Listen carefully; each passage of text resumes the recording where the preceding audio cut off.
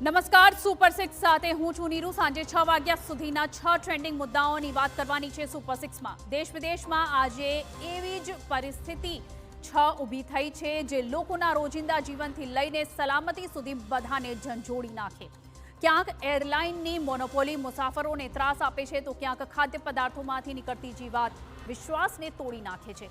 હોસ્પિટલની બેદરકારીથી લઈને જોખમી CPR સુધી, રોમાનિયાનો ધ્રુજાવી દે તેવો અકસ્માત અને અમેરિકા કાશ્મીરના બર્ફીલા તોફાનની વાત કરીશું, પરંતુ સૌથી પહેલા નજર આજના 6 મુદ્દાઓ પર।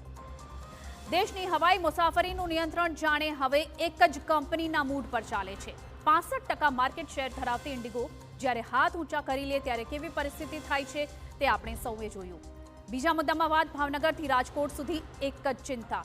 લોકો જે વસ્તુઓ સુરક્ષાથી ખાય છે તે જ વસ્તુઓ ઝેર જેવા પુરાવા સાથે મળી ગઈ છે।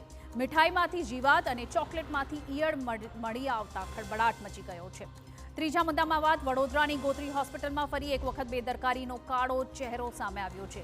દર્દીને એક્સપાયર્ડ બોટલ ચડાવી દેવાનો કિસ્સો સામે આવ્યો છે।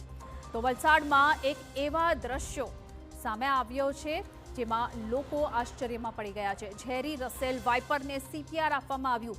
જીવદયા માટે જોખમ લેવાનો આ પ્રયાસ જેટલો અદ્ભુત છે એટલો જ જીવલેણ પણ હોઈ શકે છે। પાંચમા મુદ્દામાં વાત રોમાનિયામાં થયેલા એક અકસ્માતની, જે હોલિવૂડના સ્ટન્ટ સીન જેવો લાગે છે તે જ ગતિ, અચાનક હેલ્થ ઇશ્યુ અને કાર ઉડી હવામાં।